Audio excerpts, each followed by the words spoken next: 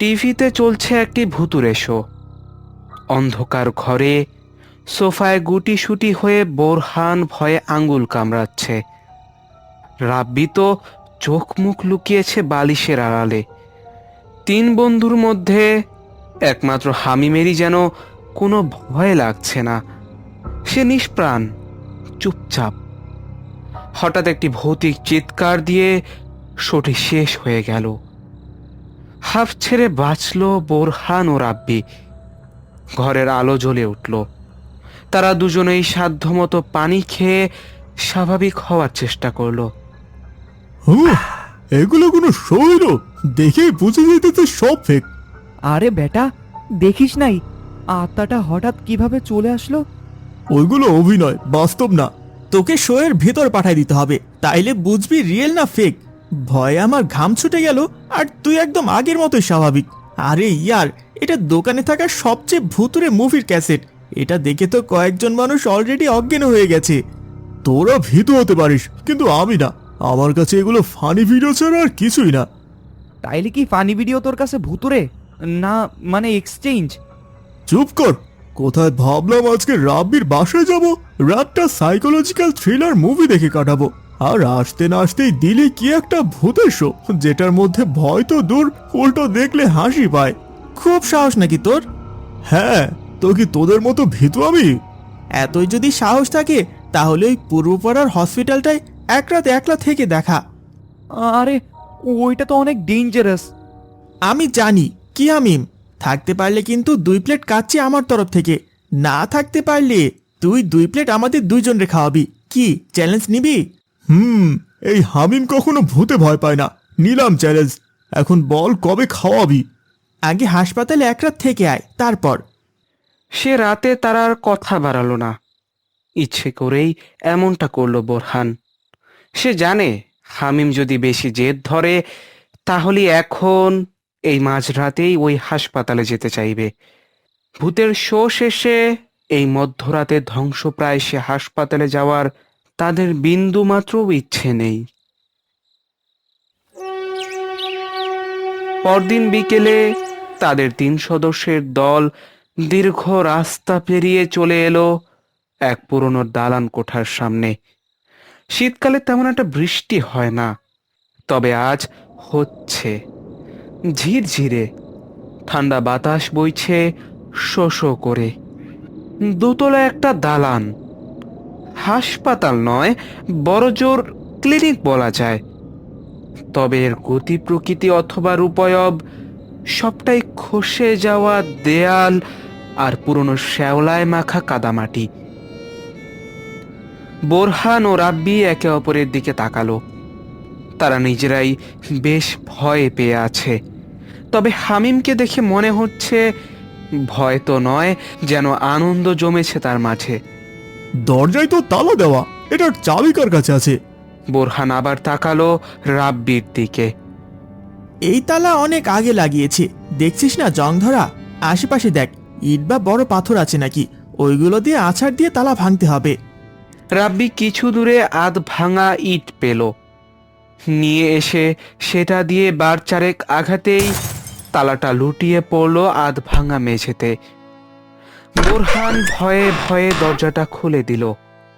জঙে ধরা শব্দটা খুব বিক্ষিপ্তভাবে কানে এলো। হাসপাতালের মূল ফটক ধীরে ধীরে খুলে গেল। আধার ঘনিয়ে আসায় বাইরে যেমন অন্ধকার নেমেছে, ভিতরে নেমেছে তার কয়েক গুণ বেশি। না জানি কতদিন ধরে বদ্ধ অবস্থায় ছিল এই হাসপাতাল। কত যুগ হলো এর করিডোরে কারো পায়ের আওয়াজ পড়েনি। ঠিক আছে, তোরা বাড়ি চলে যা, আমি কাল সকালে এখান থেকে বাসায় চলে আসব। ভয় পাইস না কিন্তু। হ্যাঁ, এই নে, এটার মাধ্যমে রেডিও ওয়েভে আমরা কন্ট্যাক্ট করতে পারবো। আরে লাগবে না, অত কিছুর প্রয়োজন আছে নাকি? আমার কাছে তো ফোন আছে, দরকার পড়লে ফোন দেব। এখানে মোবাইল নেটওয়ার্ক থাকে না, প্রত্যন্ত অঞ্চল। এটা সাথে রাখ, জেদ করিস না। ঠিক আছে, দে। হামিম রেডিও ওয়েভে কাজ করা ছোট্ট ওয়াকি টকির মতো জিনিসটা সাথে নিল। ভাই দেখ, আমি আবারও বলছি, আমাদের ফিরে যাওয়া উচিত। তুই জানিস না এটা কত বিপজ্জনক একটা জায়গা। রাত হতেই ছুরিকাচি চলার আওয়াজ আসে। লোকে বলে এখানে রাতে নাকি অশরীরীদের অপারেশন করে কোনো এক ডাক্তার। আরে তেমন কিছুই না, আমি এসব গুজব বন্ধ করব। গুজবে এই গ্রামের মানুষের মাথা গেছে। থাক, এই ব্যাগে হালকা খাবার আছে, রাতে খেয়ে নিস। হামিম বিদায় জানালো তার দুই বন্ধুকে। জনমানবহীন এই স্থান থেকে চলে গেল বোরহান ও রাব্বি। এই হাসপাতাল ছাড়া আশেপাশে কোনো দালান নেই, কোনো ঘরবাড়িও নেই। কথিত আছে কোনো এক সময় এখানে থাকা এক রাসায়নিক কারখানার দুর্ঘটনার কারণে এখানকার বাতাসে বিষাক্ত ধোঁয়া ছড়িয়ে পড়ে, যার কারণে কোনো মানুষই এখানে দীর্ঘদিন বসবাস করতে পারেনি, অন্যত্র চলে গেছে। দরজা ভিড়িয়ে দিয়ে ভিতরে চলে যেতে লাগলো হামিম। ভিতরটাও আলো না পেয়ে অন্ধকার হয়ে এলো। সাথে আনা টর্চটা জ্বালিয়ে নিল সে। কাঁধে ঝোলানো ব্যাগ আর হাতে রাখা টর্চ নিয়ে সে এগিয়ে চলল হাসপাতালের জীর্ণ শীর্ণ সেই করিডোর ধরে। হাঁটতে হাঁটতে হঠাৎ সে থামলো, কিন্তু থামলো না তার সামনে দিয়ে হুইল চেয়ার ঠেলে হেঁটে চলে যাওয়া ওয়ার্ড বয়টি। কর্কশ শব্দ আসছে পুরনো জং ধরা হুইল চেয়ারটি থেকে। ওয়ার্ড বয়টি অন্য এক রুমে চলে গেল। আবার সবকিছু শান্ত। নিজের ধুকপুক করতে থাকা হার্টের আওয়াজ হামিম নিজেই শুনতে পাচ্ছে। এই হাসপাতালে যে এখনো কেউ থাকে, এই কথা তার বন্ধু তাকে বলেনি কেন? হাঁটতে হাঁটতে করিডোরের শেষ মাথায় এক খালি রুম পেয়েছিল হামিম। সেটাকেই নিজের বাসস্থান হিসেবে ঠিক করে পরিষ্কার করলো। মেঝেতে এক কাপড় বিছিয়ে দেয়ালে হেলান দিয়ে বিশ্রাম নিতে লাগলো।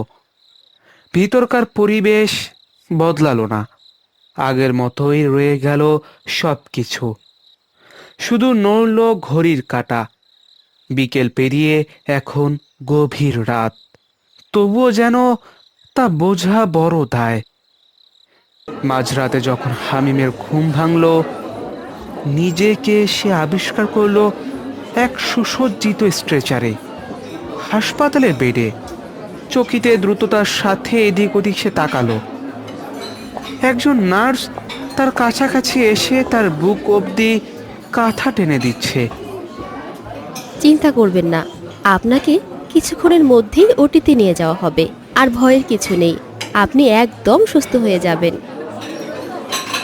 হামিম কিছু বোঝার চেষ্টা করলো, কিন্তু তার গলা দিয়ে কোনো আওয়াজ আসছে না। সে চেষ্টা করেও কোনো কথা বলতে পারছে না। নার্স চলে গেল ক্যাবিন থেকে। হামিম নিজে থেকে উঠে বসার চেষ্টা করলো। হায়, তার শরীর অবশ হলো কখন? সে যে তার শরীরকে নাড়াতে পর্যন্ত পারছে না। এসব কি হচ্ছে? সে কোথায়? হঠাৎ চারপাশে যেন হুলস্থুল বেঁধে গেল। আগুন আগুন করে চিৎকার করতে লাগলো কিছু মানুষ।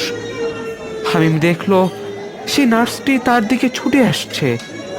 হামিম দেখতে পেল কিছু ওয়ার্ড বয় এসে তাদের ক্যাবিন থেকে রোগীদেরকে নিয়ে যেতে শুরু করেছে। নার্স ছুটে গেল অন্য রোগীদের বাঁচাতে। আগুনের তাপ হামিমের গায়ে আসছে। বাইরে থেকে সব দরজা বন্ধ করে কারা যেন আগুন লাগিয়ে দিয়েছে। এই মতিন, স্ট্রেচার নিয়ে এসো। আগুনের কেবিনগুলোতে ছড়িয়ে পড়েছে, এদেরকে দক্ষিণ দিকটাতে নিয়ে যাও। হামিম চাইছে এখান থেকে দৌড়ে পালিয়ে যেতে। হায়, সে পারছে না। সে যেন তার দেহকে কবেই হারিয়ে ফেলেছে। আগুন এসে তার বেডকে গ্রাস করলো। পুরো কেবিনে আগুনের মাঝে সে আটকা পড়েছে। কেউ কি আসবে না তাকে বাঁচাতে? আগুনে পুড়েই কি শেষমেশ মারা যাবে সে? আগুন তার শরীরের চামড়া ঝলসে দিচ্ছে। আগুন তার রক্ত মাংসকে গলিয়ে দিচ্ছে। সে আর সহ্য করতে পারছে না। না, এই মৃত্যুর যন্ত্রণার চেয়েও ঢের বেশি। চোখ বন্ধ করে ফেললো হামিম। আমরাও ঠিক এভাবে আত্মনাদ করেছিলাম। আওয়াজ শুনেই চোখ খুলে ফেললো হামিম। আরে, সে তো সেই ক্যাবিনের মেঝেতে শুয়ে আছে, যেখানটায় সে কাপড় বিছিয়ে নিয়েছিল। কিন্তু সামনে সামনে ওটা কে? আমাদের আত্মনাদ কেউ শোনেনি। আগুনে পোড়া জ্বলন্ত শরীর নিয়ে আমরা দিক বেদিক ছুটে বেরিয়েছিলাম। খাঁচায় বন্দি পাখির মতো ছটফট করছিল আমাদের প্রাণ। কেউ আসেনি আমাদের বাঁচাতে। আমাদের কি দোষ ছিল বলতে পারো? আপনি আপনি কে? যাকে তুমি স্বপ্ন দেখেছিলে। কি? দুর্বৃত্তরা সেদিন আমাদের হাসপাতালে আগুন ধরিয়ে দেয়। ভিতরে আমরা যারা ছিলাম সবাইকে আগুনে পুড়িয়ে দগ্ধ করে তারা। কেউ বাঁচতে পারেনি সেদিন। কিন্তু তারা এমনটা কেন করেছিল? আর আর আপনি আপনি এখন? তারা করেছিল তাদের অর্থ লোভে। এই হাসপাতালে এখনো অনেকের আত্মা বন্দী হয়ে আছে। কেউ আসে না এখানে। আমাদেরকে মুক্তি কে দেবে? আপনাদের লাশ হাসপাতালের দক্ষিণ দিকটায় রয়েছে। আর তাদের থেকে সাবধান থেকো। তারা তোমাকে মেরে ফেলার জন্য এইখানে এসেছে। আমরা বেরোতে পারিনি, কিন্তু তোমাদের জন্য পথ খোলা আছে। হাসপাতালে পিছনের পথটা দিয়ে তুমি বেরিয়ে যেও।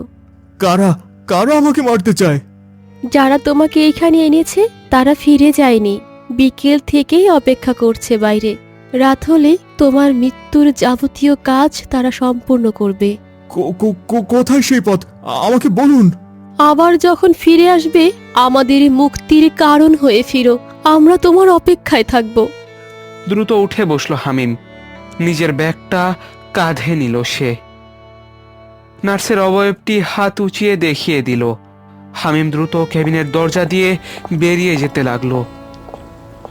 নার্সের কিছু কথা ক্ষীণ হয়েই ধরা দিল হামিমের কানে। সে দৌড়ে হাসপাতালের পিছনের পথ দিয়ে বেরিয়ে ফসলি খেতে নেমে পড়ল।